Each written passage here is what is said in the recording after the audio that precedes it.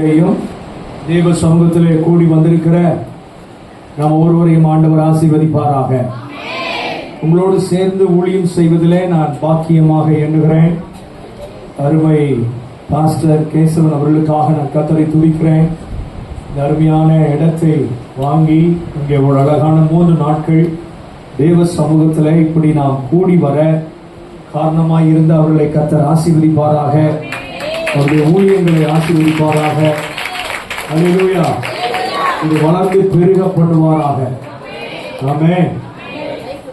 இங்கே வந்திருக்கிற ஒவ்வொரு ஊழியர்களுக்காக நன்றி சொல்லுகிறேன். கர்த்தர் ஒருவரையும் ஆசீர்வதிப்பாராக. அவர்களோடு கூட இருந்து அவருடைய ஊழியங்களை பலுகி பெருக பண்ணுவாராக.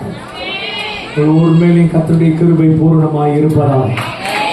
ஆமென். அல்லேலூயா. நீங்க இப்படி வந்து உட்கார்ந்து இருக்கிறது ஒரு பெரிய ஆசீர்வாதம். ஆமென். இயேசுவும் இப்படி 3 நாளா உட்கார வச்சு பேசியிருக்கிறாரா?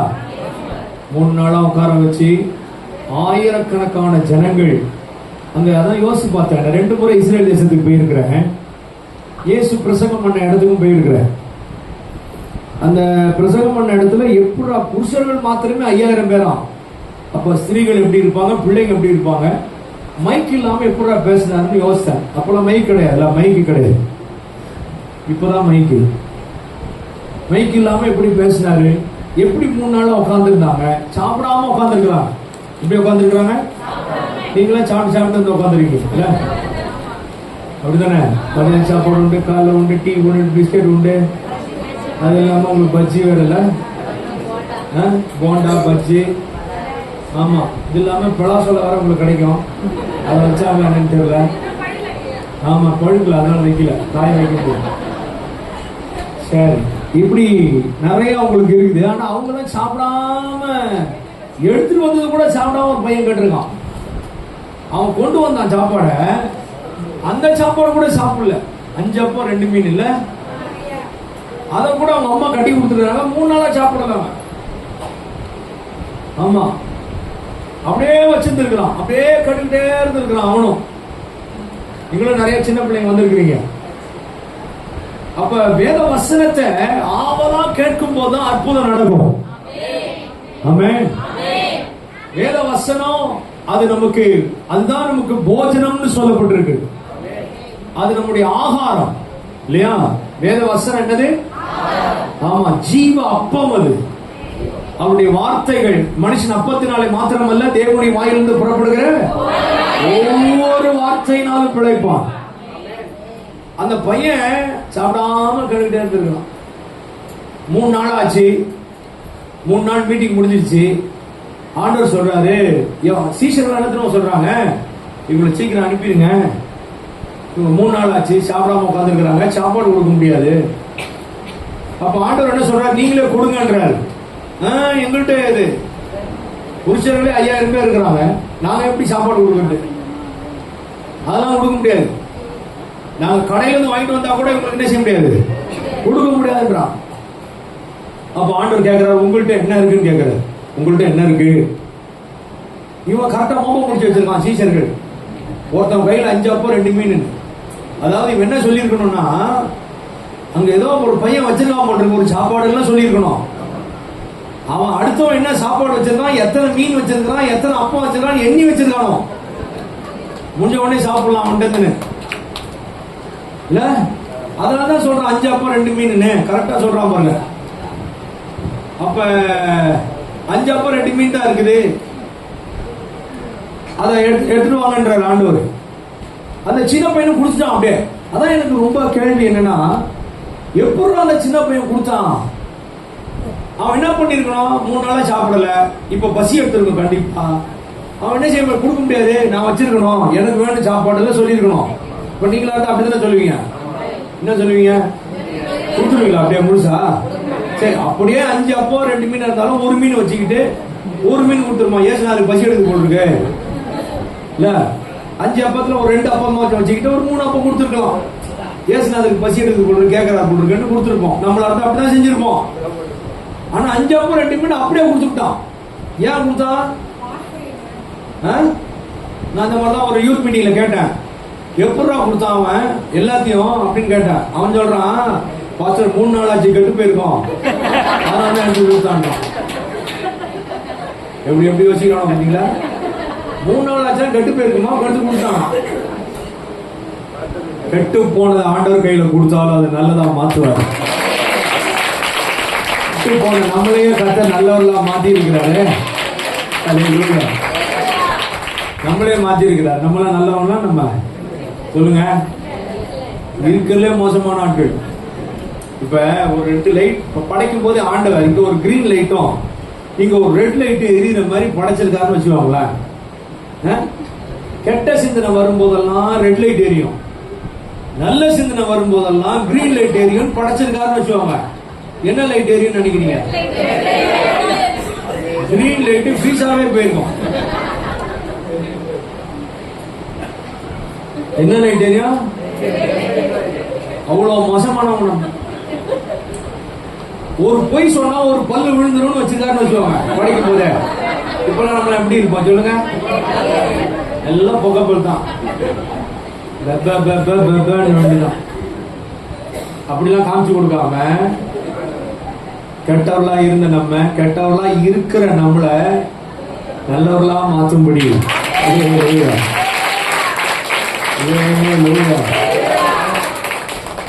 ஏசையா ஏசையா ஏசையா ஏசையா. ஏன்னா அவர்தான் நமக்காக இறங்கி வந்தார்.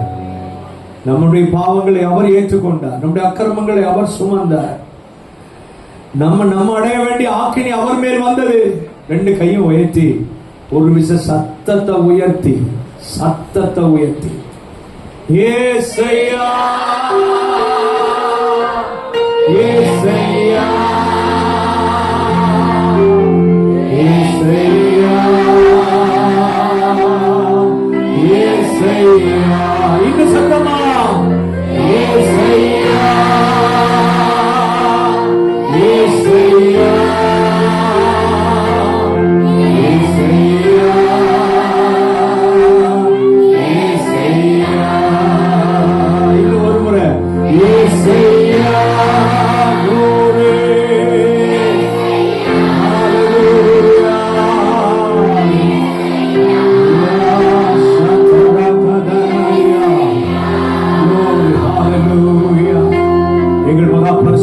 எங்கள் பிதாவே, இந்த மதியான வேளையில் எங்கள் மத்தியில் அசைவாடுகிறதற்காக ஸ்தோத்திரம். நீர் எங்கள் நடுவில் எழுந்தருளி இருப்பதற்காக ஸ்தோத்திரம். உம்முடைய வார்த்தைகள் ஆவியாயும் ஜீவனாயும் இருக்கிறது.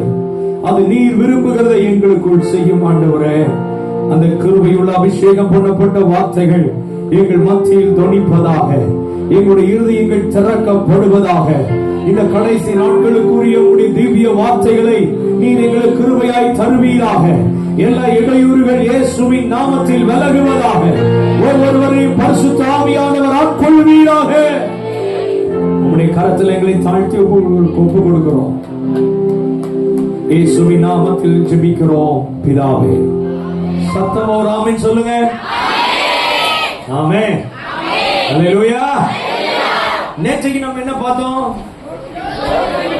லோத்தின் மனை. Very good. என்ன சாப்பிட்டோன்னே தெரியாது காலையில. ஆனா சில பேர் கேளுங்களேன், காலையில என்ன சாப்பிட்டப்பான யோசிப்போம், ஐயோ என்ன சாப்பிட்டேன், இட்லி சாம்பார். என்ன சரி, நேற்று லோத்தின் மனைவி, அதாவது 2 குடும்பத்தை ஆண்டவர் இந்த கடைசி நாட்களிலே நமக்கு முன்பதாக நிறுத்துகிறார். ஒன்று நோவாவின் குடும்பம், இன்னொன்று லோத்தின் குடும்பம். இயேசு கிறிஸ்துவின் வருகையின் நாட்களில் நோவாவின் நாட்களில் எப்படி நடந்ததோ, நோவாவின் குடும்ப நாட்களிலே எப்படி நடந்ததோ, லோத்தினுடைய குடும்ப நாட்களில் எப்படி நடந்ததோ அப்படியே நடக்கும் என்று சொல்லி 2 குடும்பத்தை நமக்கு முன்மாதிரியாய் ஆண்டவர் நிறுத்தி வைத்திருக்கிறார். இந்த 2 குடும்பத்தினுடைய ஒற்றுமை என்னவென்றால், 2 குடும்பத்தினுடைய வாழ்க்கையிலேயும் ஒரு பெரிய அழிவை அவர்கள் சந்தித்தார்கள். ஒன்று ஜலத்தினால் வந்த அழிவு, இன்னொன்று அக்கினியினால் வந்த அழிவு. ஜலத்தினால் முழு உலகத்தையும் ஆண்டவர் அழித்து போட்டார். அக்கினியினால் ஒரு பெரிய பட்டணமே அழித்து போட்டார். இயேசு கிறிஸ்துவினுடைய வருகை நாட்களில் வானமும் பூமியும் அக்கினிக்கு இரையாக வைக்கப்பட்டிருக்கிறது என்று சொல்லப்பட்டிருக்கிறது. இந்த வானம் பூமி எதுக்கு வைக்கப்பட்டிருக்கா சொல்லுங்க? அதனால பூமி வெப்பமயமாகுது. பூமி ஏன் வெப்பமயமாகுதுன்னா வானமும் பூமியும் அக்கினிக்கு இரையாக வைக்கப்பட்டிருக்கிறது. லோத்தி நாட்களில் நடந்தது போல மனுஷகுமாரன் வரும் நாட்களில் நடக்கும் என்று சொல்லப்பட்டிருக்கிறது. கர்த்தருக்கு மகிமை உண்டாவதாக. ஆகவேதான் நாம் அந்த நாட்களிலே லோத்து எப்படிப்பட்டவனாய் இருந்தான், லோத்தினுடைய குறை என்ன, லோத்தின் மனைவி செய்த பாவம் என்ன, லோத்தின் மனைவிக்கு கிடைத்த ஆவிக்குரிய ஆசீர்வாதம் என்ன, அவளுக்கு கிடைத்த தண்டனை என்ன என்று சொல்லி நேற்று நாம் சிந்திக்க ஆண்டவர் நமக்கு உதவி செய்தார். இன்றைக்கு நான் ரெண்டு பேரையும் உங்க முன்னாடி சும்மா சுருக்கமா உங்க மனசுல பதிப்பிக்க விரும்புகிறேன். லோத்தை பற்றியும் நோவாவை பற்றியும் உங்க மனதுல கொஞ்சம் காரியத்தை மட்டும் சுருக்கமா, அது அப்படியே பெரிய பிரசங்கம், ஆனா ரொம்ப சுருக்கமா உங்க மனசுல பதிப்பிக்க விரும்புகிறேன். லோத்தை குறித்து நாம் சிந்திக்க போகிறோம். முதலாவது, லோத்து தேவ பிள்ளைகளுக்கு, நாம் தேவ பிள்ளைகளாகிய நாம் இந்த வருகை நாட்களில் எவ்வளவு தூரம் ஆயத்தமாய் இருக்க வேண்டும் என்று சொல்லி ஒரு எச்சரிப்பாக ஆண்டவர் இந்த லோத்தின் குடும்பத்தை நமக்கு முன்பதாக நிறுத்துகிறார். லோத்து யாரு? ஆபிரகாமுடைய தம்பி பையன். ஆபிரகாமுடைய தம்பி. சரி, அது விடுங்க. லோத்து யாரு? நீதிமான். Very good. லோத்து யாரு? நீதிமானவன்.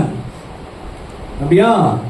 அப்ப இந்த நீதிமானாய லோத்து அவனுடைய வாழ்க்கையிலே அவன் செய்த தவறு என்ன, அவன் எப்படிப்பட்டவனாய் வாழ்ந்தான். இன்னைய வரலும் நம்ம யாருக்குமே லோத்துன்னு பேர் வைக்க மாட்டோம். தெரியுமா உங்களுக்கு? யாருக்காவது ஒரு ஆளுக்காவது லோத்துன்னு பேர் வச்சு பார்த்திருக்கீங்களா? சொல்லுங்க, யாராவது ஒரு ஆளுக்காவது. ஏன் வைக்க மாட்டோம்? சிம்சோன், சிம்சன், சைமன் அப்படிலாம் பேர் வைக்கிறோம். சிம்சோன், சாம்சன் இல்லையா? பேதுருவும் பின்மாற்றமான ஆளு, இயேசுவே தெரியாதுன்னு சொன்ன ஆளு சைமனு. சாம்சன், சிம்சோன் பேர் வைப்போம். அவன் பயங்கர மோசமான ஆளு. டேவிட் பேர் வைப்போம். அவன் கதையும் மோசமானதான். அப்படிதானே? ஆனா லோத்து ஒரு நீதிமான். வேதத்துல வாசி 2 பேர் 2ஆம் அதிகாரத்துல, நாள்தோறும் அவர்களுடைய அக்கிரம கிரியைகளை கண்டு தன் நீதியுள்ள இருதயத்தில் வாதிக்கப்பட்ட நீதிமானாகிய லோத்துன்னு வாசிக்கிறோம். 6ஆம் வசனம், 7ஆம் வசனம், 8ஆம் வசனத்தை நீங்க வாசி பார்த்தீங்கன்னா, நீதிமானாகிய லோத்து அவன் ஒரு நீதிமான். ஆனாலும் இன்னைய வரலும் யாருக்கும் லோத்துன்னு பேர் வச்சு நான் இதுவரையும் கேள்விப்பட்டதில்லை. நானும் ஒரு 8 தேசத்துக்கு போயிருக்கிறேன். சரி, இங்கதான் வைக்க மாட்டோம், வெளிநாட்டிலே வச்சுப்பான்னு பார்த்தா ஒருத்தருக்கும் லோத்தின் பேர் கிடையாது. யாரா கேட்டிருக்கீங்களா? யாரும். அவன் என்ன தப்பு செஞ்சான்? அவன் தப்பு என்ன? ரொம்ப சிம்பிள், ரொம்ப சாதாரணம். அவன் பெரிய தப்பு செய்யல, ரொம்ப சாதாரணம். ஆனா இன்னைய வரலும் அவன் பேரை வைக்க மாட்டான். தவறான உதாரணம். அவன் நீதிமான். அந்த நீதிமான காப்பாற்றுவதற்காகவே அங்க தேவ மனிதர்கள் வந்தார்கள். இப்படிப்பட்ட தேவ மனிதர்களால் அனுப்பப்பட்டு காப்பாற்றப்படக்கூடிய அளவுக்கு அந்த சோதம் குமாரா பட்டணத்திலே, பாவம் நிறைந்த பட்டணத்திலே நீதிமானாய் வாழ்ந்த லோத்து நமக்கு இப்ப தவறான முன் உதாரணமா இருக்கிறான்.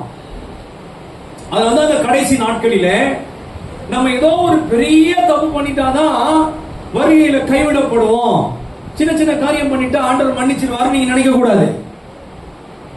பரிசுத்தமாகிறவன் இன்னும் பரிசுத்தமாகட்டும், நீதி செய்கிறவன் இன்னும் நீதி செய்யட்டும். இதோ நான் சீக்கிரமாய் வருகிறேன். நான் பரிசுத்தம் அடைஞ்சிட்டேன், நான் ரைட், நான் ஆல் ரைட். இயேசு வந்தார்னா நான் ஒரு நிமிஷத்துல என்ன செய்வேன்? மறுரூபமாயிருவேன் அப்படின்னு நம்ம கனவு கண்டுட்டு இருக்க கூடாது. இப்போ நான் கேள்வி கேட்கிறேன், உங்க கையை கிள்ளி ஒரு வார்த்தை கேளுங்க, நீ மறுரூபமாயிருவியா? அப்படி கேளுங்க. என்னைய கேக்குறீங்க? என்னைய கேக்குறீங்க? உங்க கையை கிள்ளி இப்படி ஒரு கிள்ளி உங்க கையை கிள்ளுங்க. இல்லீங்களா இல்லையா? கேளுங்க, அதை பார்த்து. நீங்க ஒரு நிமிஷத்துல, ஒரு இமை பொழுதுல இயேசு வரும்போது மருவம் ஆயிருவியா? அப்படி கேளுங்க. என்ன சொல்லுது? என்னங்க சொல்லுது? பதிலே வர மாட்டேங்குது பாருங்க. காதுக்கே பதில் வர மாட்டேங்குது. ஒண்ணுமே சொல்ல. ரெட் லைட் எரியுதான். ஒண்ணுமே சொல்லலையா? நம்மளாம் கிறிஸ்தவம் இல்ல, கேட்டா நம்ம 10 வருஷம் 15 வருஷம் கிறிஸ்தவம் அப்படிதானே? நமக்கே நம்ம மனசாட்சி குத்துது. வேதம் சொல்லுகிறது, பரிசுத்தம் இல்லாமல் ஒருவனும் அவரை தரிசிக்க முடியாது. ஒரு நிமிஷத்துல நாம் மர்மமாகணும். அது ஈஸியாது. அப்ப கிறிஸ்தவத்துல ஏதோ நானும் கிறிஸ்தவன் சொல்றதுல விஷயம், கிறிஸ்துவை போல கிறிஸ்துவின் சாயலை உடையவர்களாக நாம் மாறி இருக்கிறோமா என்பதுதான் விஷயம். அவர் வெளிப்படும் போது, அந்த வசனத்தை முடிங்க. அவர் வெளிப்படும் போது அவர் இருக்கிற வண்ணமாகவே நாமும் அவரை தரிசிப்பதினால் அவருக்கு, குர்ஆன்ல இருந்து பேசுறேனோ, நீங்க அமைதியா இருக்கிறத பார்த்தா நான் குர்ஆன்ல இருந்து பேசுற மாதிரியே இருக்கு. அவர் வெளிப்படும் போது அவர் இருக்கிற வண்ணமாகவே நாமும் அவரை தரிசிப்பதினால் அவருக்கு ஒப்பா இருப்போம். யாருக்கு ஒப்பா இருப்போம்? அவர் வெளிப்படும் போது அவருக்கு ஒப்பாக அவரை போல மாறி இருந்தாதான் ஒரு நிமிஷத்துல மர்வமாக முடியும். ஒருவேளை செத்து போயிட்டா இயேசு வரும்போது உயிர் தெழ முடியும். இல்ல சும்மா சொல்ல வேண்டியதான், நல்ல போராட்டத்தை போராடினாரு, ஓட்டத்தை முடிச்சாரு, விசுவாச காத்து கொண்டாரு, எல்லா சாத்த எவன் செத்தாலும் அந்த வசனம் எழுதுவாங்க. இல்ல அதை சொல்லிதான் அடக்கம் பண்ணி ஆகணும். இவன் சரியா வாழல, இவன் சரியா ஓடல சொல்ல முடியும். பாஸ்டர் வந்து அவன் அயோக்கியனா இருந்தாலும், நல்ல போராட்டம், அவன் தர்ணா போராட்டம் பண்ணாலும், இவர் நல்ல போராட்டத்தை போனாரு, ஓட்டத்தை முடிச்சாருன்னு சொல்லிதான் என்ன செய்யணும்? அடக்கம் பண்ணி ஆகணும். பொய் சொல்லிதான். பாஸ்டர் பொய் சொல்ற முக்கியமான இடமே அடக்காததுதான். அப்படி பொய் சொல்லி இவர் நல்ல மனுஷனே, இவர் சபைக்கு வருவாரு, அவர் வரமாட்டாரு. சபைக்கு ஒழுங்கா வருவாரு, நல்ல மனுஷனே, இவரு அப்படி இருந்தாரு, இப்படி இருந்தா, அது இது 4 வார்த்தை சொல்லி பொய் சொல்லிதான் அடக்கம் பண்ணி ஆகணும். பேரு கிறிஸ்தவ பேரா இருக்கும். ஆந்திரா பக்கத்துல ஸ்டூவர்ட்புரம் ஒரு ஊர் இருக்கு. ஸ்டூவர்ட்புரம் அந்த ஊர் எதுக்கு ஃபேமஸ்னா, இந்தியாவிலே பெரிய பெரிய திருடன் அந்த ஊர் தான். பெரிய பெரிய திருடன், பாக்தாக் திருடன் வாங்கல, பெரிய பெரிய திருடன் எங்க இருந்தாலும் போய் திருட்டு வந்துடும். வீடுலாம் பாத்தீங்கன்னா அப்படியே பங்களா மாதிரி இருக்கும். பெரிய பெரிய வீடு, எல்லாம் திருட்டு பொருள். அங்க ஒரு ஊழியக்காரர், ஒரு மனைவி அந்த ஊர் பக்கத்துல சிராலான்ற ஊர், அவங்க மனைவி அவங்க கல்யாணம் பண்ணார். அந்த ஊர் வழியா அவங்க கூட்டிட்டு அந்த ஒரு கார்ல போயிட்டு இருக்கும் போது அங்க ஒரு பெரிய கல்லறை பெரிய கல்லறை, பல பளிங்கு போல இருக்குது. இவரு மனைவி பார்த்து கேட்டாருமா, அந்த கல்லறை என்னமா அவ்வளோ பயங்கரமா இருக்கு, பலன்னு இருக்குது, இது எந்த மினிஸ்டர் கல்லறை அப்படின்னு.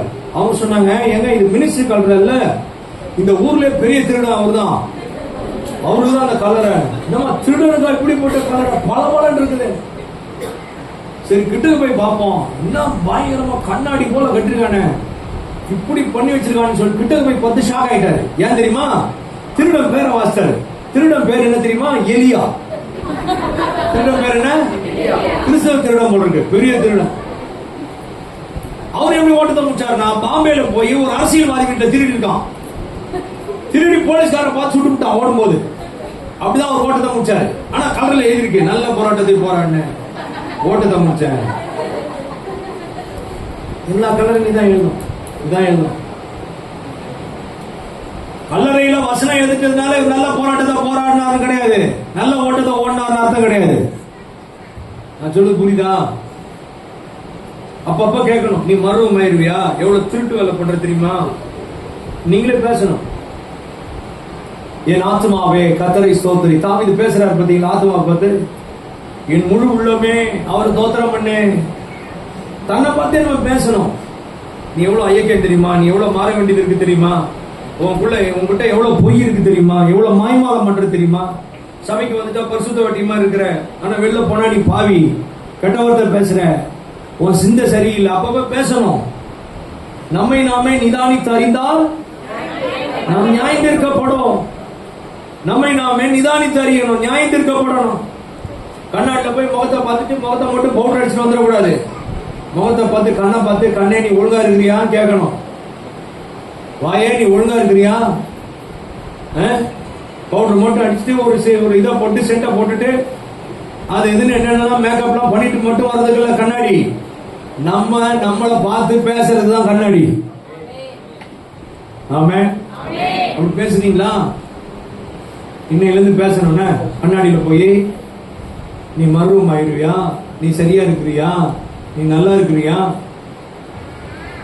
ஆண்டவர் இயேசு வரும்போது உன்னை எடுத்துக்கொள்வாரா? கேட்ட வசனம் கேட்டு நல்லா தூங்குறிய சபையில அப்படின்னு சொல்லுவாரா? நல்லா கவனிங்க. லோத்து என்ன பாவம் செஞ்சாங்க, என்ன தப்பு பண்ணான்? நான் ஒரு பிரசங்கமா உங்கள்கிட்ட பண்ண வரல, நீங்களும் நானும் பேச போறோம். அப்படிதான், அதான் சரி வரும், அதான் நல்லா இருக்கும். நான் ஒரு பிரசங்கமா பண்ணிட்டு, பாஸ்டர் பிரசங்கம் நல்லா இருந்துச்சு பாஸ்டர், சூப்பரா இருந்துச்சு, அது இப்படி கேட்க வரல. நான் ரெண்டு பேரும் உட்காந்து இப்ப நம்ம முடிவு தான் என்ன, நம்ம என்ன வாழ்க்கை வாழ்றோம், நம்மள நாம ஏமாத்திட்டு இருக்கிறோமா, அல்லது இயேசு வரும்பொழுது ஒரு நிமிஷத்துல மர்வமாகிற விதத்துல என்னை நானே ஆயத்தப்படுத்துகிறேனா? பாருங்க, அம்மா வயிற்றுக்குள்ள வாழ்ந்தது மாத வாழ்க்கை, அப்படிதானே? அப்படிதானே? எல்லாரும் அம்மா வயிற்றுக்குள்ள தானே வந்தீங்க. இப்ப வாழ்றது வருஷ கணக்கு வாழ்க்கை. இது எத்தனை வருஷம் தெரியாது. சிலருக்கு 100 வயசு வரல இருக்கிறாங்க, சிலர் 70 வயசு 90 வயசு. எங்க அம்மா போன ஞாயிற்றுக்கிழமை இறந்தாங்க, 78 வயசு எங்க அம்மாவுக்கு, 78 வயசு. சிலருக்கு 40 வயசுல சாவுறாங்க, 20 வயசுல சாவுறாங்க, 10 வயசுல சாவுறாங்க. வருஷ கணக்கு வாழ்க்கை எத்தனை வருஷம் தெரியும். ஆனா இனிமே ஒரு வாழ்க்கை வாழ போறோம்ல, அது நித்தியமான வாழ்க்கை. பரலோகமும் நித்தியம், நரகமும் நித்தியம். அம்மாவை வயிற்றுக்குள்ள மாத வாழ்க்கை வாழ்ந்தோம்ல, அது இறந்த காலம். இப்ப வாழ்ந்து கொண்டிருக்கிறது, இனி வாழ போறது. இறந்த காலம் எவ்வளவு உண்மையோ, நிகழ்காலத்தில் வாழ்ந்து கொண்டிருக்கிறது எவ்வளவு உண்மையோ, அதை விட அதிக உண்மை நித்தியமா வாழ போறோம். நிறைய கிறிஸ்தவர்களுக்கு அது தெரியாது. யாரு பாஸ்டர் பார்த்தா வெந்ததை தின்னுட்டு விதி வந்தா சாகுன்னு ஒரு பழமொழி இருக்கு பாஸ்டர். இப்படி செத்த பிறகு யாரு பார்த்தா அப்படின்னு நம்ம நினைப்போம். இப்ப ஒரு கேள்வி கேட்கிறேன், அம்மா வயிற்றுக்குள்ள வாழ்ற அந்த 10 மாசம் குழந்தைக்கு நான் வெளியில ஒரு வருஷ கணக்குல வாழ போறேன்றது குழந்தைக்கு தெரியுமா தெரியாதா? நீங்க தான் டப்புன்னு பதில் சொன்னீங்க. சில பேர் யோசிப்பான், ஏதோ கஷ்டமான ஒரு கேள்வி கேட்ட போட்டிருக்கேன். தெரியாது. வயிற்றில் இருக்கிற குழந்தைக்கு, வயிற்றில் இருக்கிற குழந்தைக்கு தெரியாது. வருஷ கணக்கு வாழ்க்கைக்கு நான் வர போறேன் தெரியாது. தெரியுதோ தெரியலையோ என்ன செய்யணும்? மாச வாழ்க்கையை விட்டு வருஷ கணக்கு வாழ்க்கை வந்துதான் ஆகணும். இல்ல அந்த குழந்தை ஐயோ எனக்கு வெளி உலகம் தெரியாது, நான் இங்கே உட்காந்துக்கிறேன் அப்படி வயிற்றுக்குள்ள உட்கார முடியுமா? டாக்டர் அறுத்து தூக்கி அறிஞ்சிருவோம், வெளில வரான. அப்படிதானே? வெளியில வாமா அப்படின்னு அறுத்து என்ன செஞ்சிருவாங்க? வருஷ கணக்கு வாழ்க்கைக்கு வா அப்படின்னு தூக்கி எறிஞ்சிருவாங்க. அந்த மாதிரி வருஷ கணக்கில் வாழ்ந்து கொண்டிருக்கிறேன்னா, பரலோகத்தை பத்தி தெரியுதோ தெரியலையோ, நரகத்தை பத்தி தெரியுதோ தெரியலையோ, ரெண்டுத்துல ஒரு இடத்துக்கு என்ன செய்யணும் சொல்லுங்க. எனக்கு அதெல்லாம் தெரியாது, பரலோகத்தை பத்தியே தெரியாது, நரகத்தை பத்தி தெரியாது, இங்கே உட்காந்துருக்கேன்னு சொல்ல முடியுமா? நேரம் வந்தா டிக்கெட் எடுத்து ஆகணும். இல்லங்க, ஒருத்தரும் மரணத்தின் மேல உங்களுக்கு என்ன கிடையாது? அதிகாரம் கிடையாது. ஒரே தரம் மரிப்பதும் பின்பு நியாயத்தீர்ப்படைவதும் எல்லா மனுஷனுக்கும் நியமிக்கப்பட்டிருக்கிறது. எல்லாரும் மரித்தாகணும். ஒரு வேளை இயேசு வரும்போது உயிரோடு இருந்தோம்னா ஒரு நிமிஷத்துல மர்வமாகும். இதுதாங்க நம்ம கதையே அவ்வளவுதான். அப்ப அந்த மாச கணக்குல வயிற்றில் இருக்கிற அந்த குழந்தை இருக்கும்போது அந்த அம்மா என்னை கவனிக்கிறாங்களா? அம்மா என்னை கவனிக்கிறீங்களா? தூங்குறீங்களே, என்னை கவனிங்க, கொஞ்சம் தண்ணி குடிச்சுக்கோங்க. எனக்கு நல்லா கண்ணு தெரியும், நீங்க கண்ணை மூடுறீங்களா மூடலையான்றது எனக்கு நல்லா தெரியும். எனக்கு என்னன்னா 100 பேரும் கவனிக்கணும், இங்க இருக்கிற அத்தனை பேரும். அது 99 பேர் கவனிக்கிறாங்களே, ஒரு ஆள் கவனிக்கலன்னு விட்டுற மாட்டேன் நான். இயேசுநாதர் அப்படிதான், அவர் எல்லாரும் பார்க்கணும் தான் நினைப்பார். சரி கவனிங்க. நான் என்ன சொன்னேன்? என்ன சொல்றேன்?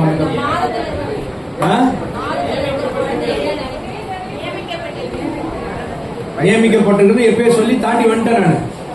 சரி, அதை கொடுங்க. கவனிங்க. இப்ப அம்மா வயிற்றுக்குள்ள இருக்கிற அந்த குழந்தை வருஷ கணக்கில் வாழணும் என்பதற்காக அந்த குழந்தைய அந்த அம்மா ரொம்ப கவனமா கவனிப்பாங்க. அப்படிதானே? அது நல்லா வளர்ந்துருக்கா, அப்பப்ப ஸ்கேன் எடுத்து பார்ப்பாங்க.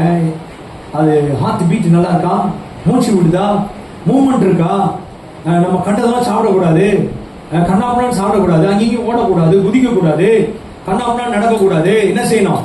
அதை கவனமா அதை கவனிச்சு அதை ஒண்ணு ஒண்ணா பார்த்து பார்த்து பார்த்து மாச கணக்கு வாழ்க்கையை விட்டு வருஷ கணக்கு வாழ்க்கைக்கு வர்றதுக்காக அவ்வளவு தூரம் கேர் பண்ணி அந்த ஸ்கேன் எடுத்து அதனுடைய ஹார்ட் பீட் எல்லாம் பார்த்து என்ன சாப்பிடணுமோ அதை சாப்பிட்டு எப்படி நடக்கணும் அப்படி இந்த நிறைய டிராவல் எல்லாம் பண்ணாம அந்த குழந்தைய பெற்றெடுப்பாங்க. ஏன்?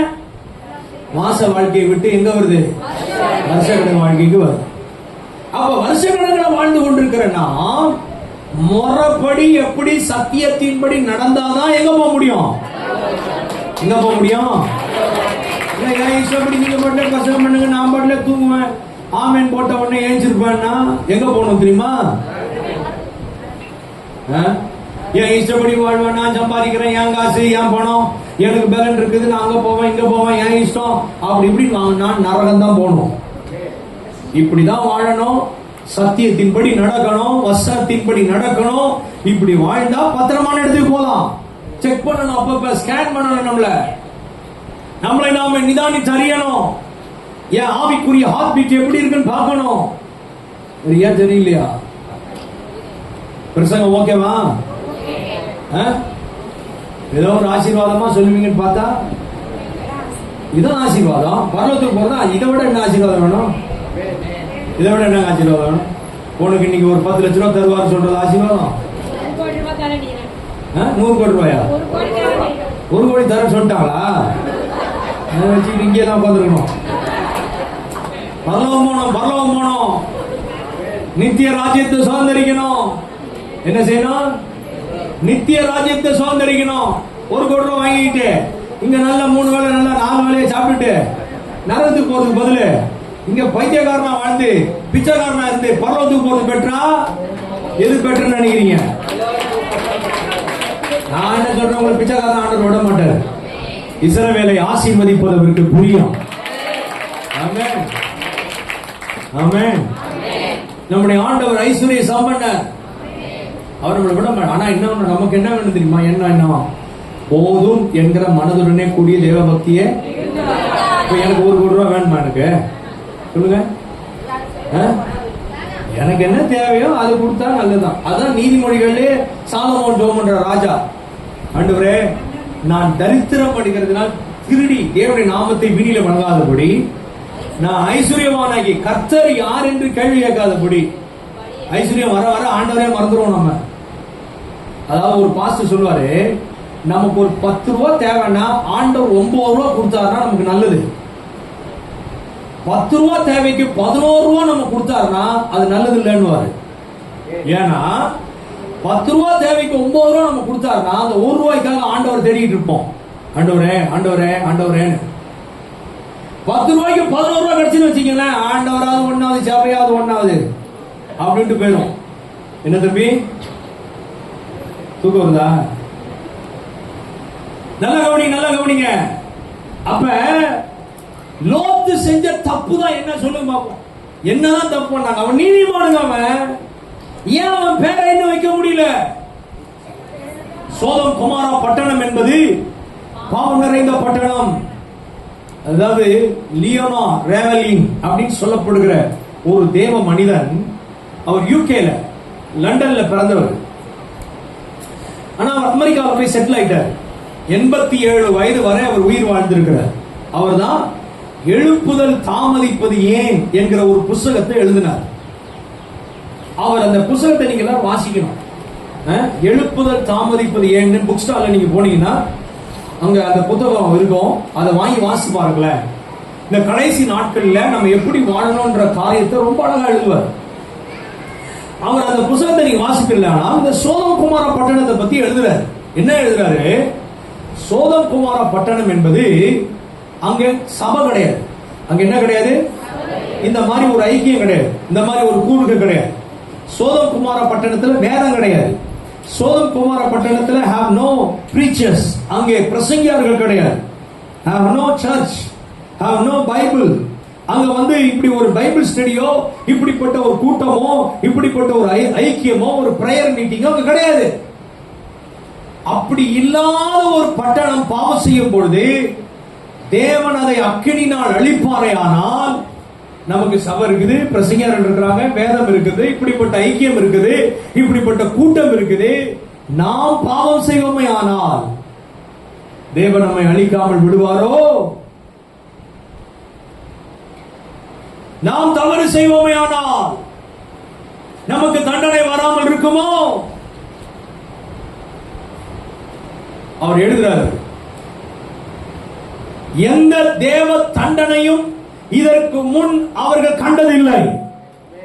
நம்மளாம் பார்த்திருக்கோம் சோதம் குமாரா ஆண்டவர் எப்படி தண்டிச்சாரு, இந்த உலகத்தை எப்படி தண்ணீரால தண்டிச்சாருன்னு. ஆனா இந்த சோதம் குமாரா பட்டணத்தால் எந்த அழிவையும் இதற்கு முன்பதாக அவர்கள் பார்த்ததில்லை.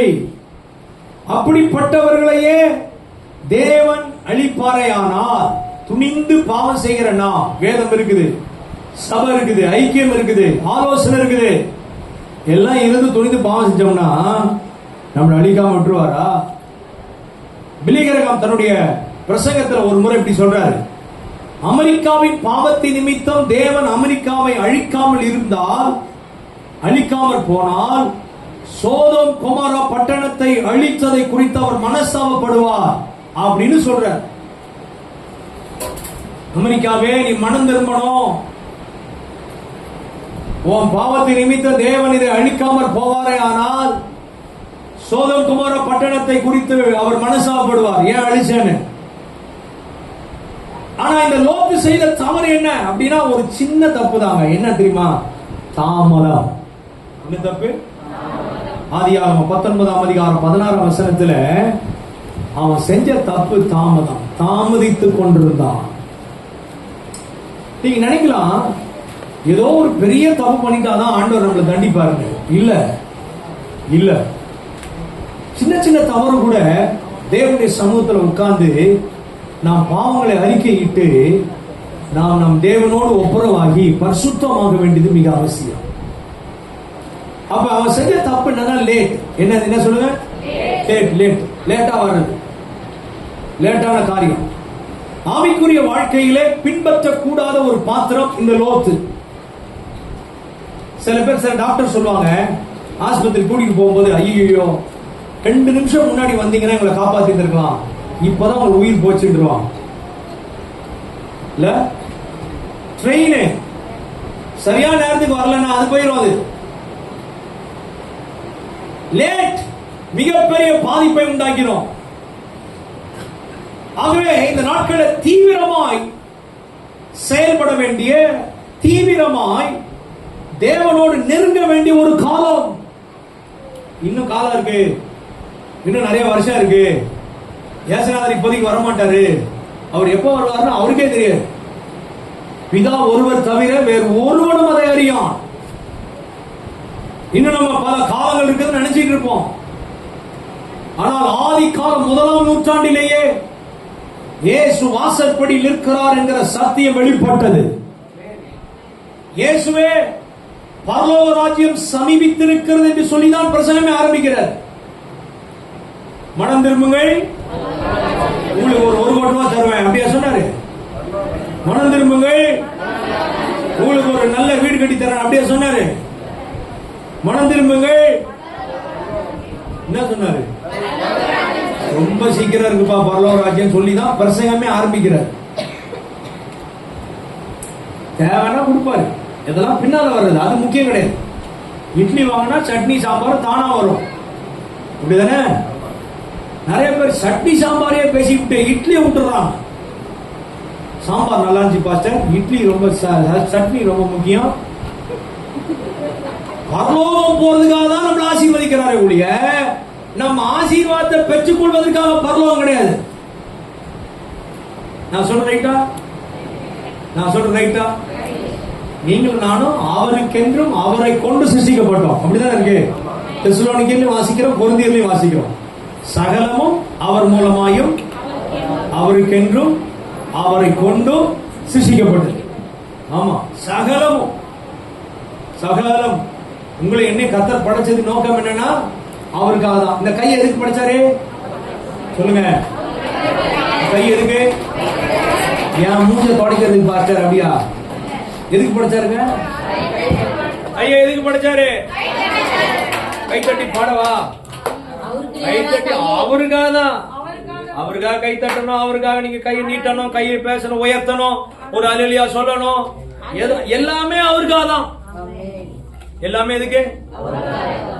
அவரை கொண்டும் அவருக்கென்றும் அவருக்காகவே சிருஷ்டிக்கப்பட்டோம். நம்ம ஒவ்வொரு முன்னாடி கண்ணாடி முன்னாடி என்ன சொல்லணும்? ஏ நீ உனக்குரிய ஆள் கிடையாது, நீ அவருக்குரிய ஆள். உன் மூஞ்ச பார்த்து சொல்லணும், கண்ணை பார்த்து சொல்லணும், வாயை பார்த்து சொல்லணும், காதை பார்த்து சொல்லணும். காதே நீ உனக்குரிய ஆள் கிடையாது, நீ அவருக்குரிய ஆளு அப்படி சொல்லணும். இன்னையில இருந்து சொல்லுவீங்களா? நிச்சயமாவா?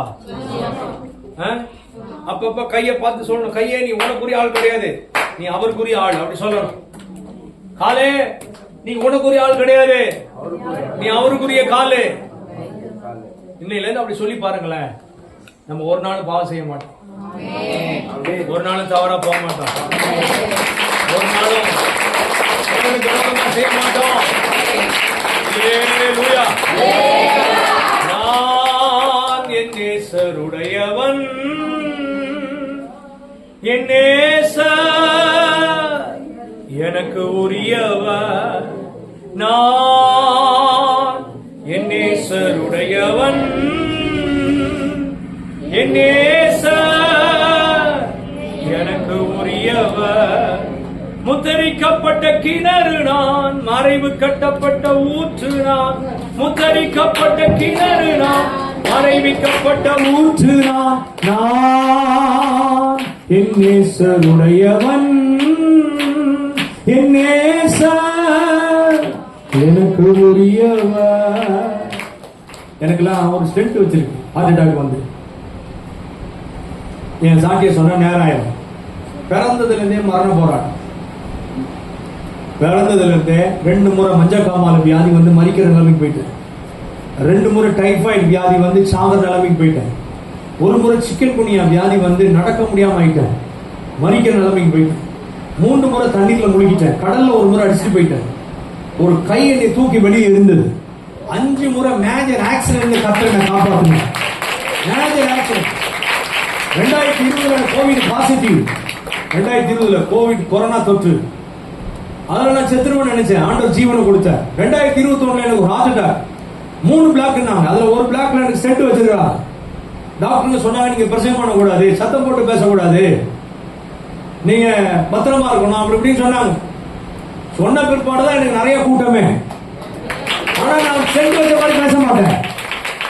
உங்களை பார்த்தா ஸ்டென்ட் வச்ச மாதிரி உட்காந்துருக்கீங்க. நான் என் நேசருடையவன், என் நேசர் எனக்கு உரியவர். நான் என் நேசருடையவன், என் நேசர் எனக்கு உரியவர். முத்தரிக்கப்பட்ட கிணறு நாம், மறைவிக்கப்பட்ட ஊற்று நாம். முத்தரிக்கப்பட்ட கிணறு நாம், மறைவிக்கப்பட்ட ஊற்று நாம். நான் என் நேசருடையவன், என் நேசர் எனக்கு உரியவர். நீங்கள் நானும் அவருக்குரிய ஆளுங்க. யாருக்குரிய ஆளு? நான் இன்னும் பிரசங்கமே ஆரம்பிக்கல, டைம் முடிஞ்சு போச்சு. இன்னும் நான் பிரசங்கமே ஆரம்பிக்கல. ஒரு வசனத்தை வாசி. 139 சங்கீதம். 139 சங்கீதம். அதுல 12 வசனத்தை வாசிங்க. 139 சங்கீதம். அதானா? இது 14 வாசிங்க. 14. நான் பிரமிக்கத்தக்க அதிசயமாய் உண்டாக்கப்பட்டபடியால் அது என் ஆத்துமாவுக்கு நன்றாய் தெரியும். நான் ஒளிபீடத்திலே உண்டாக்கப்பட்டு பூமியின் தாழ்விடங்களிலே விசித்திர வினோதமாய் உருவாக்கப்பட்ட போது என் எலும்புகள் உனக்கு மறைவாய் இருக்கவில்லை. என் கருவை உம்முடைய கண்கள் கண்டது. என் கருவை உம்முடைய கண்கள் கண்டது. என் அவயங்களில் ஒன்றாயிரம் இதை கவனி. என் கருவை அவர் கண்ணு கண்டுச்சான். என் அவயவங்களில் ஒன்றாகிலும் இல்லாத போது அவைகள் அனைத்தும் அவைகள் உருவேற்படும் நாட்களும் உமது புஸ்தகத்தில் என்ன செஞ்சிருக்கான்? கருவை கண்டதே. கருவை கண்டது மட்டும் இல்ல, என் அவயவங்களில் ஒன்றாகிலும் இல்லாத போது. அவயவனா என்ன? அவயவனா என்ன? தலை, கை, கண்ணு, காலு, மூக்கு, வாய், ஆற்று இல்லையா, கிட்னி எல்லாமே அவயம். ஒன்னு ஒரு அவயம். என் அவயவங்களில் ஒன்றாகிலும் இல்லாத போதே அவைகள் அனைத்தும் அந்த 10 மாசத்துல அவைகள் உருவேற்படும் நாட்களும் எதுல எழுதுறாரு? ஏன் எழுதுறாரு? எழுதி வச்சிருக்காரு தெரியுமா உங்களுக்கு? இப்ப 10 மாசத்துல ஒரே நாள் எல்லாம் வந்துடாது. இந்த கருவுல இந்த 10 மாசத்துல ஒரு நாள் ஹார்ட் வைப்பாரு, அப்புறம் ஒரு நாள் என்ன செய்வாரு? முகத்தை உண்டாக்குவாரு, அப்புறம் கண்ணை வைப்பாரு, அப்புறம் வாயை வைப்பாரு, கையை வைப்பாரு, காலை வைப்பாரு. இதெல்லாம் 10 மாசத்துல எப்ப வைப்பாரு நமக்கே தெரியாது. அவைகள் உருவேற்படும் நாட்களை அவர் புத்தகத்தில் எழுதலாம். இந்த ஏப்ரல் மாசம் 10ஆம் தேதி இதுக்கு நான் கண்ணை வச்சேன், மார்ச் மாசம் இதுக்கு நான் ஹார்ட்டை வச்சேன், அப்புறம் மே மாசம் இதுக்கு நான் காலை வச்சேன். அப்படி என்ன செய்யறாராம்? எழுதி வச்சுதாரா இல்லையா? சொல்லுங்க, கையை பார்த்து சொல்லுங்க. கையே நீ உன்னை பத்தி எழுதி வச்சிருக்காரு. காலை கிள்ளி சொல்லுங்க. காலே உன்னை பத்தி எழுதி வச்சிருக்காரு. ஆமா, முகத்தை கையை கிள்ளி சொல்லுங்க. ஒன்னு டச் பண்ணி சொல்லுங்க பாப்போம். கண்ணே உன்னை பத்தி எழுதி வச்சிருக்காரு. வாயே உன்னை பத்தி எழுதி வச்சிருக்காரு. நாக்கே உன்னை பத்தி எழுதி வச்சிருக்காரு. அட சொல்லுங்க சொல்லுங்க சொல்லுங்க. உங்களுக்கு எதெல்லாம் முக்கியமா தோணுது நெஞ்சில கையை சொல்லுங்க. முடியே உன்னை பத்தி எழுதி வச்சிருக்காரு. மூக்கே உன்னை பத்தி எழுதி வச்சிருக்காரு. ஆமா ஆமா ஆமா, எல்லாத்தையும் எழுதி வச்சிருக்கிறாரு. காதை பத்தி எழுதி வச்சிருக்கிறாரு, ஆற்றை பத்தி, கிட்னியை பத்தி எழுதி வச்சிருக்கிறாரு. இதெல்லாம் எதுக்கு எழுதி வச்சிருக்கிறாரு? அவருக்கு ஒரு வேலை கிடையாது பாஸ்டர், ஏதாவது ஒண்ணு எழுதிக்கிட்டே கிடப்பார் பாஸ்டர் அப்படின்றீங்களா? எதுக்கு எழுதி வச்சிருக்கிறாரு? ஏன் தெரியுமா? நம்ம பரலோகத்துக்கு போன பிறகு 2 புத்தகம் திறக்கப்படும். ஒன்னு ஜீவ புத்தகம், இன்னொன்று இந்த புத்தகம். எழுதி வச்சிருக்காருல, இதை திறப்பாரு. இதை திறந்து நான் இந்த தேதியில இந்த காலை வச்சேனே, எதை வச்சேன்? இந்த தேதியில இந்த காலை வச்சேனே, இந்த தேதியில இந்த கையை வச்சேனே, நான் வச்ச நோக்கத்தை இது நிறைவேற்றி இருக்கான்னு பாப்பாரு. இதாங்க என் பிரசங்கமே. என் பிரசங்கம் இப்படிதான் இருக்கும். என்ன கேட்பாரு? இன்னைக்கு இந்த தேதியில இந்த நாள்ல ஒரு கண்ணை வச்சேனே, இந்த கண்ணு நான் வச்ச நோக்கத்தை நிறைவேற்றிருக்கா?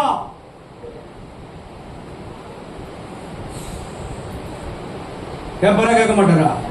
அப்ப நம்ம எப்படி வாழணும்? நம்ம எப்படி வாழணும்? நம்ம எப்படி வாழணும்? நம்ம எப்படி வாழணும்? இஷ்டம் போல வாழ்றோம்ல. என் கையுங்க, நான் என்ன வேணாலும் செய்வேங்க. என் காலுங்க, எங்க வேணாலும் போவேன், எங்க வேணாலும் வருவாங்க. போக முடியாதுங்க. எல்லாமே அவருக்கென்றும் அவரை கொண்டு சிருஷ்டிக்கப்பட்டது. நம்ம தேவைக்கு நம்ம யூஸ் பண்ணிக்கலாமே ஒழிய, நமக்கு பார்ட் டைம் தான். ஃபுல் டைம் யாருக்கு? நம்ம ஃபுல் டைம் நமக்கு வச்சுக்கிட்டு ஏதோ ஞாயிற்றுக்கிழமை சர்ச்சு போறதுக்கு பெரிய சாதனை படைச்ச மாதிரி நினைச்சிட்டு இருக்கோம். நம்ம சர்ச்சுக்கெல்லாம் கரெக்டா வந்துருவாங்க. எப்படியா? ஞாயிற்றுக்கிழமை ஆராதனைக்கு வந்துருவாங்க. நான் இந்த சபை விசுவாசிங்க. மற்ற நாள்லாம் ஏங்க ஃபுல் டைம் அவருக்கு, பார்ட் டைம் தான் நமக்கு. பக்கத்துல கை பிடிச்சு சொல்லுங்க, ஃபுல் டைம் உனக்கு, நீங்க ஃபுல் டைம் அவருக்கு, பார்ட் டைம் தான் உனக்கு. இன்னையில இருந்து நீங்க மைண்ட மாத்தணும். லோத்து செஞ்ச தப்பு என்ன? லேட்டு எதையுமே லேட்டா புரிஞ்சுக்கிறது. சத்தியம்லாம் நம்ம லேட்டா கிடைக்குது பாருங்க. நமக்கு ஆரம்பத்திலேயே ஆண்டவர் சத்தியத்துல நம்ம நடத்தி சத்தியம்னா என்னன்னு அறிந்து கொள்ளவும், கண்கள் திறக்கப்படவும் இந்த இந்த இந்த லோத்து சத்தியமே தெரியல. லேட், தாமதம் தாமதம். பாவம் நிறைந்த அந்த பட்டணத்துல பரிசுத்தமா நீதியா வாழ்ந்தவன் தான். வாலிபர் முதல் கிழவர் வரை அந்த பட்டணத்துல பாவம் நிறைந்த ஒரு மனிதர்கள் வாழ்ந்த அதே பட்டணத்துல அவன் தன்னை பரிசுத்தமாய் காத்துக் கொண்டவன். தேவனுடைய இருதயத்தின் பாரத்தையும் வேதனையை அறிந்து கொண்டான். அதே வேதனை அவனுக்குள்ளே இருந்தது. நாள்தோறும் பாதிக்கப்பட்டானா அவனுடைய அக்கிரம கிரியைகளை கண்டு. இந்த சூழ்நிலையின் மத்தியில பாவத்தின் பின்னாலே போகாமல் தன்னை பாதுகாத்துக் கொண்டவன் நீதிமான். ஆனா இன்னைக்கும் அவன் பேர வைக்க மாட்டான்.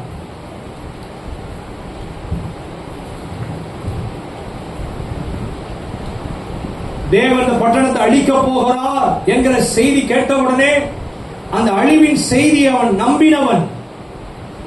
தன்னுடைய மருமக்களை துரிதப்படுத்தினான். மனமாற தேவன் ஒரு மனிதன் அல்ல, அவர் தாம் சொன்ன வார்த்தையின்படி செய்வார் என்று சொல்லி அவருடைய வார்த்தையை நம்பினான், விசுவாசித்தான், மற்றவர்களை துரிதப்படுத்தினான், தூண்டினான். ஆனால் இவனோ தாமதப்படுத்தினான். அநேக தேவனுடைய பிள்ளைகள் பலர் தேவனுடைய வார்த்தையை கேட்டும் பெற்றும் அனுபவித்தும் விசுவாசித்தும் நம்பியும் வேத சத்தியத்திற்கு கீழ்ப்படியாமல் ஏற்ற வாழ்க்கை வாழாமல் இன்னும் நீ தாமதப்படுத்தி கொண்டிருப்பாயானால் லோத்தினுடைய முடிவுதான் நமக்கும். காரல் மார்க்ஸே என்ன புத்தகத்தில் எழுதி வச்சிருக்கார் தெரியுமா? கம்யூனிஸ்ட் கட்சி தலைவர் காரல் மார்க்ஸே மரணத்துக்கு பிற்பாடுதான்ப்பா வாழ்க்கைன்னு எழுதி வச்சிருக்காரு. தெரியுமா உங்களுக்கு? ஒரு மனிதனுடைய வாழ்க்கை எதுக்கு பின்னால? மரணத்துக்கு பின்னாலதான் நித்திய நித்தியமான வாழ்க்கை. நித்திய நித்தியமான வாழ்க்கை. அப்ப நம்ம பரலோகம் போறது எப்படின்னு யோசிக்கணும். பரலோகத்துக்கு நேரம் தான் நான் வாழ்றேன்னா சரி, நம்ம எதைதான் பெற்றுக்கொள்ள போறோம் சொல்லுங்க. இப்ப இந்த வாழ்க்கை முடிய போது நம்ம இந்த வாழ்க்கைக்காகவே நம்ம சம்பாதிக்கிறோம், சாப்பிடுறோம், போறோம், வரோம். முடிவு என்ன? முடிவு என்ன? அதனால வேதத்தில் சொல்லப்பட்டிருக்கு, முடிவை சிந்தித்து பாருன்னு சொல்லுது. ஏன் துக்க வீட்டுக்கு போக சொல்றாரு? அங்கதான் எல்லாருடைய முடிவு என்னன்னு விளங்கணும். இப்ப நம்ம வாழ்க்கை என்பது ஒரு பிரயாணம். அது ஒரு தனி பிரசங்கம் இன்னும் நான் பேர் பண்றேன். வாழ்க்கை என்பது ஒரு பிரயாணம் இல்லையா? பிரயாணம் தானே. மேகம் போன்ற இத்தனை திரளான சாட்சிகள் நம்மை சூழ்ந்து கொண்டிருக்க பாரமான யாவற்றையும் நம்மை சுற்றி நெருங்கி இருக்கிற பாவத்தையும் தள்ளிவிட்டு விசுவாசத்தை துவக்குகிறவர் முடிக்கிறவருமாகிய கிறிஸ்து இயேசுவை நோக்கி நமக்கு நியமித்திருக்கிற ஓட்டத்தில் பொறுமையோட ஓட கடவோம் அப்படின்னு எபிரேயர் 12:1 வாசிக்கிறோம். இது விசுவாச பிரயாணம்.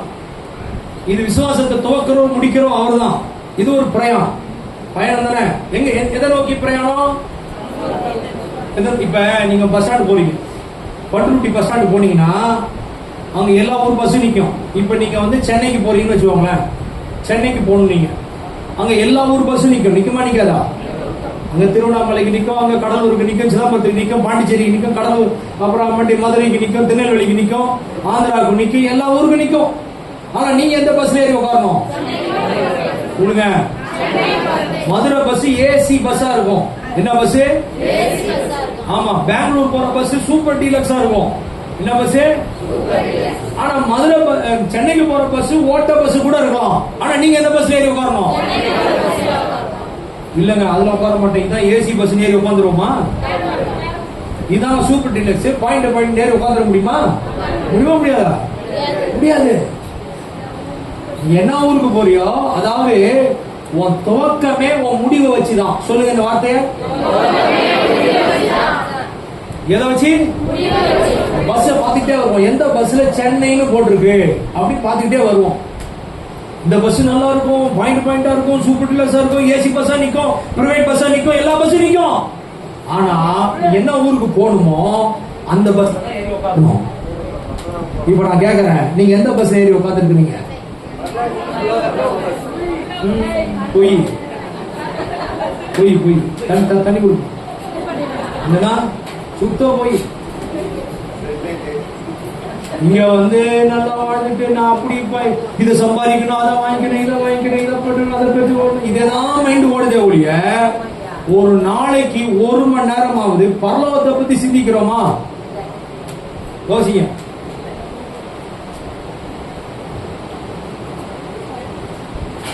ஒரு நாளைக்கு ஒரு முறையாவது.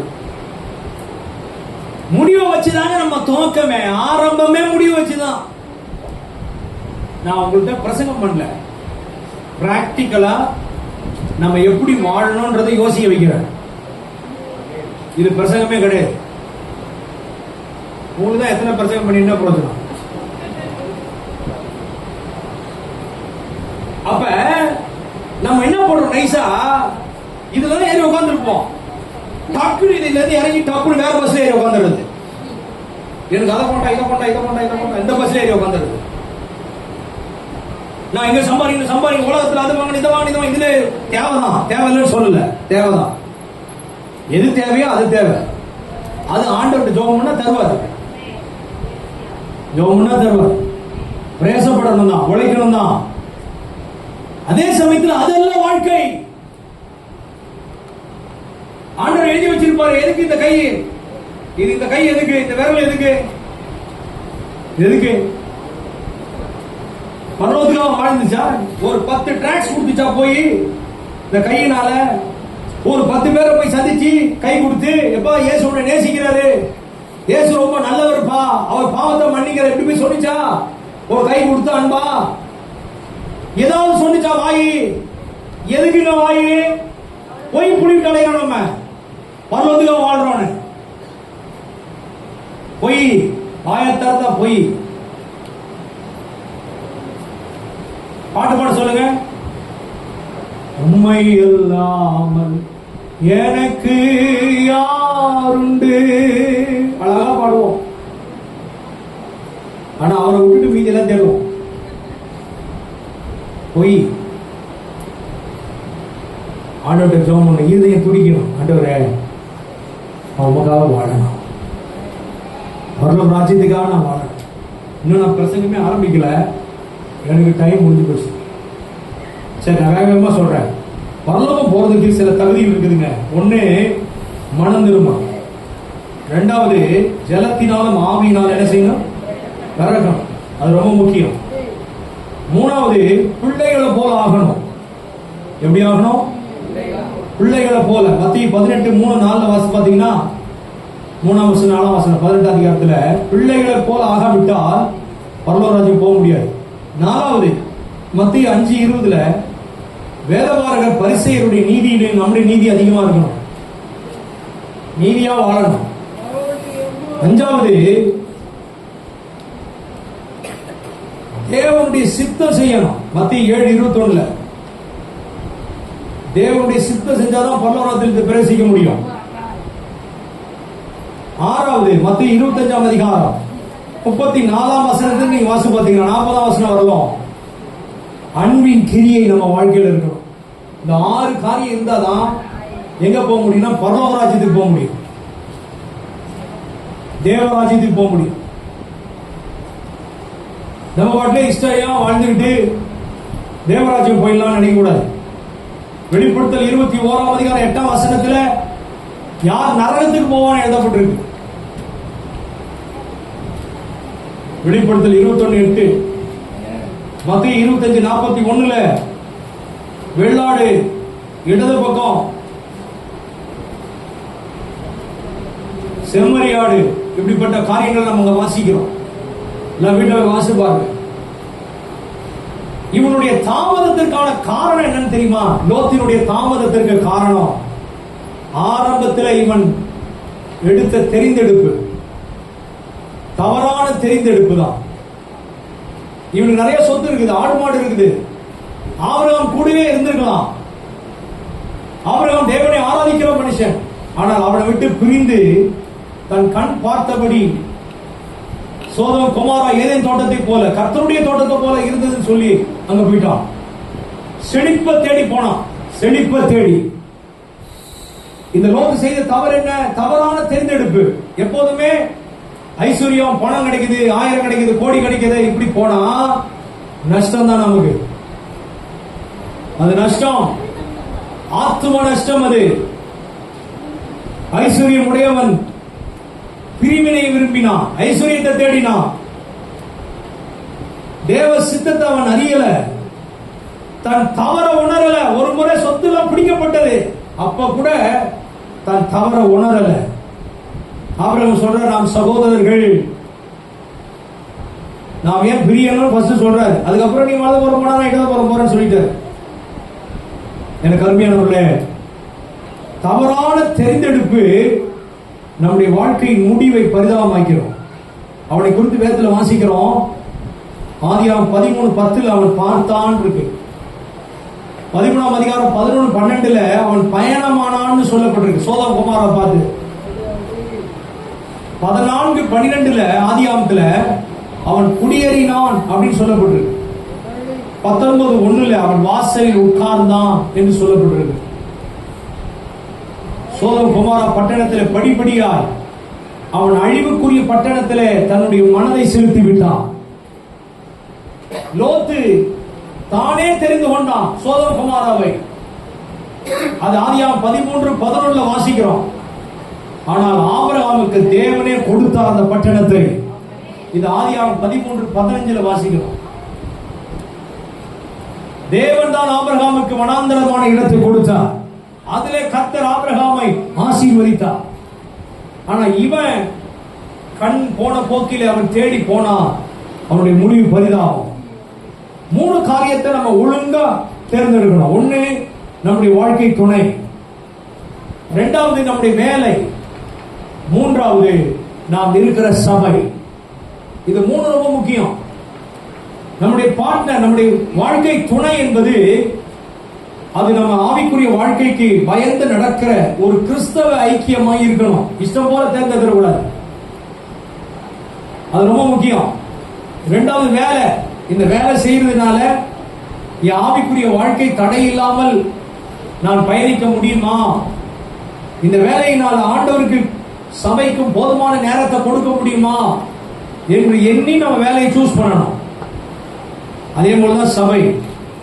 சபை என்பது தேவனுடைய மனவாட்டி, கிறிஸ்துவின் மனவாட்டி.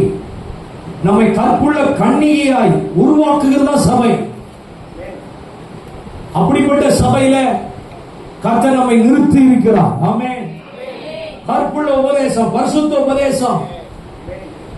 சபையில இன்மைக்குரிய ஆசீர்வாதங்களை பிரசங்கிப்பது அல்ல, மறுமைக்குரிய ஆசீர்வாதங்கள், நித்தியத்தை குறித்து, மேலானவைகளை குறித்து, நம்பிக்கையை குறித்து, உயிர்த்தெழுதலை குறித்து உள்ள பிரசங்க சபையில தேவை. ஆமென். வருகை பற்றி செய்தி, நீதி, நியாய தீர்ப்பு, கண்டித்து உணர்த்துதல் என்கிற சத்தியம் சபைக்கு தேவை. அப்படிப்பட்ட சபையில நம்ம இருக்கோம். தேவன் அப்படிதான் வச்சிருக்கிறாரு. அப்படின்ற கையை வைத்து ஒரு ஆமீன் சொல்லுங்க. ஆமென். அல்லேலூயா. இவனுடைய தாமதத்திற்கான விளைவு என்ன தெரியுமா? 10 பேர் உடைய ஆதாயம் பண்ணாங்க. இவன் ஒரு நீதிமான். இவன் 2 பிள்ளைகளை தான் காப்பாற்றினாங்க ஒழிய மருமக்கள் மாதிரியோ மனைவியை கூட காப்பாற்ற முடியல. முழு இரவும் தேவ தூதர்களோட போராடுறாங்க. இவன் தாமதித்துக் கொண்டிருக்கும் பொழுது முழு இரவு அவங்க சொல்றாங்க, மலைக்கு ஓடி போ, மலைக்கு ஓடி போ, பின்னிட்டு பாராதே, சமபூமியில் எங்கும் இல்லாதே, உன் ஜீவன் தப்ப ஓடு, நிக்காம ஓடு, திரும்பி பார்க்காம ஓடு. இயேசுவின் அண்டை வந்த நாம் இனி உலகத்தின் பக்கம் திரும்பி பார்க்க கூடாது. இயேசுவையே நோக்கி, கிறிஸ்து இயேசுவை நோக்கி ஓடணும். அவரையே தான் நோக்கி ஓடணும். எபிரேயர் 3:1 வாசிக்கிறோம். எபிரேயர் 3ஆம் அதிகாரம் 1ஆம் வசனத்துல வாசிக்கிற வசனத்தை, இப்படி இருக்க பரம அழைப்புக்கு பங்குள்ளவர்களாகிய பரிசுத்த சகோதரரே, நாம் அறிக்கை பண்ணுகிற அப்போஸ்தலரும் பிரதான ஆசாரியமாய் இருக்கிற கிறிஸ்து இயேசுவை கவனித்து பாருங்கள். கிறிஸ்து இயேசுவை எப்படி பாருங்களா? சொல்லுங்க, எப்படி பாருங்க? இப்ப நான் உனக்கு பார்க்கிறது வேற, ஆனா கவனிச்சு பார்க்கிறதுன்றது வேற. அப்படிதானே? நான் சொல்றது புரியுதா? இப்ப நம்ம பார்த்துட்டேன்னா பார்த்து திரும்பிடுவேன் டப்புன்னு. ஆனா கவனிச்சு பார்த்தேன்னா அந்த ஸ்பீக்கர் என்ன கம்பெனி, அது எவ்வளவு பெருசா இருக்குது, அது எப்போ வாங்கி எவ்வளவு நாள் ஆகும், அது என்ன விலை, அது எவ்வளவு வெயிட்ஸ், அது எப்படி தாங்குமா, அது ரொம்ப வருஷம் உழைக்குமா, அது நம்மளால வாங்க முடியுமா, இப்படி எல்லாம் யோசிப்போம். கவனிச்சு பார்க்கும்போது யோசிக்க மாட்டோம். இயேசுவை பார்க்க கூடாது, எப்படி தெரியுமா, கவனிச்சு பார்க்கணும். இயேசு எப்படிப்பட்டவரு, அவர் எப்படி வாழ்ந்தாரு, அவருடைய பரிசுத்தம் என்ன, அவருடைய உபதேசம் என்ன, அவருடைய தன்மை என்ன, அவருடைய இருதயத்தின் நோக்கம் என்ன, ஏக்கம் என்ன, இதெல்லாம் கவனிச்சு பார்க்கணும்.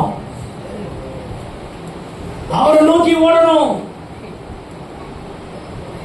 அதுக்குதான் கர்த்தர் நம்ம வச்சிருக்கிறாரு. தாமதப்படுத்த கூடாது. அப்புறம் படி பார்த்துக்கலாம், பின்னால பார்த்துக்கலாம். அவரை இப்ப நம்ம போற போகல போவோம், அப்படி வாழக்கூடாது. இயேசுவை நோக்கி கவனமா, தாமதப்படுத்தவே கூடாது. நம்முடைய வாழ்க்கையில் இருக்கிற பாவத்தை வெட்டிவிட தாமதப்படுத்தாதே. தேவனுடைய வார்த்தைக்கு கீழ்ப்படியாமல் இருக்க கூடாது, கீழ்ப்படிய தாமதப்படுத்தாதே. தேவன் பல வார்த்தைகள் உங்கள்கிட்ட பேசி இருப்பாரு, இதை செய்யணும் சொல்லி. அதை கீழ்ப்படிய தாமதப்படுத்தாதீங்க.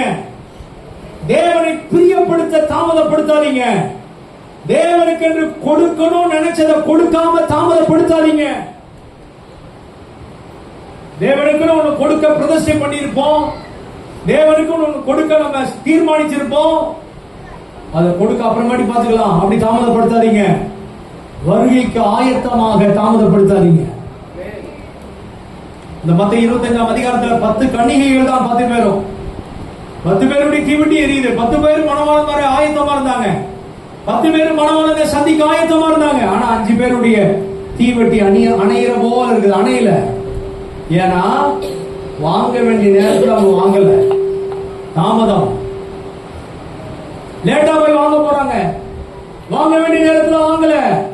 அவங்க வாங்க போன நேரத்தில் மணவாளன் வந்தாரு, கதவு அடைக்கப்பட்டது. அவங்க செஞ்ச சின்ன தப்புன்னு தெரியுமா, லேட்டா எண்ணெய வாங்கணும்.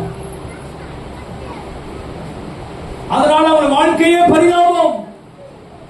எனக்கு துணையானவர்களே, பரிசுத்த ஆவியானவர்களோட பேசுற, ஏதோ ஒரு காரியத்தில் உங்கள் வாழ்க்கையை நீங்க தாமதப்படுத்தி இருந்தால், இன்னைக்கு ஆண்டவரே நான் அதை விட்டுட்டேன், ஊழியத்துக்கு வர ஆண்டவர் உங்கள்கிட்ட பேசி இருப்பார். எனக்காக நீ ஊழியம் செய்யணும், எனக்காக நீ ஆண்டவருக்காக ஊழியம் செய்யணும், ஆண்டவர்கிட்ட பேசி இருப்பாரு. பின்னால பார்த்துக்கலாம், விட்டுறாதீங்க. தேவனுக்காக ஊழியம் செய்ய தாமதப்படுத்தாதீங்க. தேவனுக்காக கொடுக்க, தேவனுக்காக செயல்பட பின்னால பார்த்துக்கலாம். லோத்து செஞ்ச பெரிய தப்பே அதான், சிம்பிளான தப்பு. இன்னைய வரல அவன் பேரை வைக்க மாட்டான். அவன் செஞ்ச தப்பே அதான். எனக்கு அருமையானவர்களே, இயேசுடைய வருகை மிக சமீபம். ஒரு நிமிஷத்துல வருகை முடிஞ்சிடும். ஒரு நிமிஷத்துல, ஒரு இமை பொழுதுல நாம் எல்லாரும் மறுரூபமாக்கப்படுவோம். அதனால அந்த நாள் மிக சமீபம். அந்த நாள் மிக சமீபம். இனி காலம் செல்லாது. பரிசுத்த ஆவியானவர் இதை உணர்த்தத்தான் கர்த்தர் உங்களை கொண்டு வந்திருக்கிறார். பரிசுத்த ஆவியானவர் நம்மளை தட்டி எழுப்பத்தான் நம்மளை கொண்டு வந்திருக்கிறார். அல்லேலூயா, அல்லேலூயா. அதனால நம்முடைய தெரிந்து கொள்ளுதல், நம்முடைய அழைப்பை நாம் விட்டுவிடாமல் நாம் அதை காத்துக்கொள்ள கர்த்தர் கிருபை தருவார். எல்லாரும் எழுப்பி நிற்போம், ஒரு ஜெபம் போறோம். இன்னொரு முறை நான் வரும்போது நோவா பத்தி உங்கள்கிட்ட பேசுறேன். டைமை போச்சு, மணி 1 ஆயிடுச்சு. இன்னொரு முறை வரும்போது நான் உங்கள்கிட்ட பேச கட்டி சேர்த்த மாட்டார். நான் நினைக்கிறேன் போதுமானது உங்கள்கிட்ட பேசியிருக்கிறேன்னு நினைக்கிறேன். முழு பிரசங்கத்தையும் பண்ணல, போதுமானது பேசியிருக்கிறேன். யோசிச்சு பாருங்க, தேவன் என்ன பார்த்து சந்தோஷப்படுறாரான்னு பாருங்க. ஆண்டவர் என்னில திருப்தியா இருக்கிறாரா? சில பேரை பார்த்து ஆண்டவர் திருப்திப்பட மாட்டார். சவுலை ராஜாவாக்கினதுக்காக அவர் மனசாவப்பட்டார். மனுஷனை உண்டாக்கினதுக்காக அவர் மனசாவப்பட்டார். அதனால்தான் ஜலத்தினால் அழிச்சார். தம்பி அதை மாஸ்டர்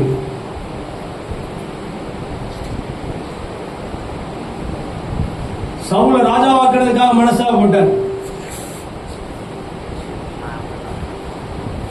உங்களை பார்த்து ஆண்டவர் சந்தோஷப்படுறாரா, மனஸ்தாபப்படுறாரா? யோசிச்சு பாருங்க. Are you satisfied with me, O Lord? நீங்க என்னில திருப்தியா இருக்கிறீரா? நான் ஆண்டவரை மகிழ்ச்சியாக்குகிறேனா? நான் எப்படி வாழ்றேன்? நான் என்ன செய்யறேன்? கண்ணை மூடி ஆண்டவர்கிட்ட கேளுங்க. ஆண்டவரே, நீ வரும்போது நீர் என்னை எடுத்துக்கொள்ளுகிற விதத்தில் நான் வாழ்றேனா, இல்லாட்ட எல்லாத்திலுமே லேட் மனம் திரும்ப லேட்டு, பாவத்தை அறிக்கையிட லேட்டு, ஊழியம் செய்ய லேட்டு, எல்லாமே லேட்டு, தேவனை தேடுவதில் லேட்டு, கொடுக்கிறதுல லேட்டு, தன்னை ஆயத்தப்படுத்துவதில் லேட் ஆகிட்டே இருக்கிறேன். ஆயத்தமாக வேண்டிய ரீதியில நான் என்னை ஆயத்தப்படுத்தி கொண்டிருக்கிறேனா? ஆண்டவர்கிட்ட கேளுங்க. ஆண்டவரே, நீதான் என்னை அறிவி. சரீரம் ஒரு நிமிஷத்துல மர்வமாகணும். ஒருவேளை நான் இறந்துட்டா ஒரு நிமிஷத்துல உயிரோடு எழும்பணும். மாத வாழ்க்கை எவ்வளவு உண்மையோ, வருஷ கணக்கில் வாழ்ந்து கொண்டிருக்கிறது எவ்வளவு உண்மையோ, அதை விட அதிக உண்மை நித்தியமாய் இயேசுவோடு வாழ போகிறோம்.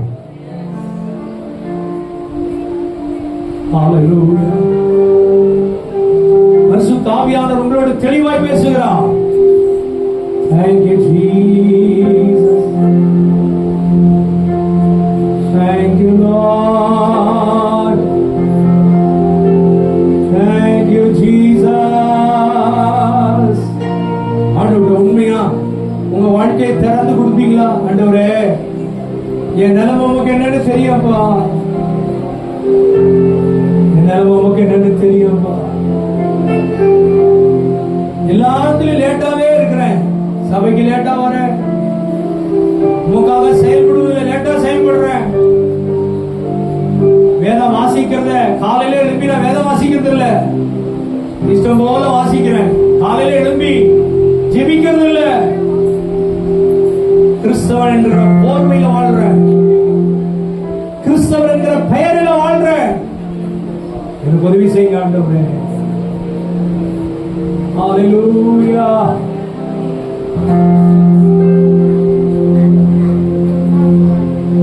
இயேசு சீக்கிரம் வரப்போற,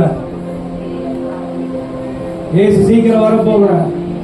அவர் முகமுகமா அவரை பார்க்க போறோம், முகமுகமா அவரை பார்க்க போறோம். மகிமையில் இயேசுவை தரிசிக்கும் நேரத்தில் அந்த நாள் நல்ல நாள், அது பாக்கிய நாள். ஹalleluya.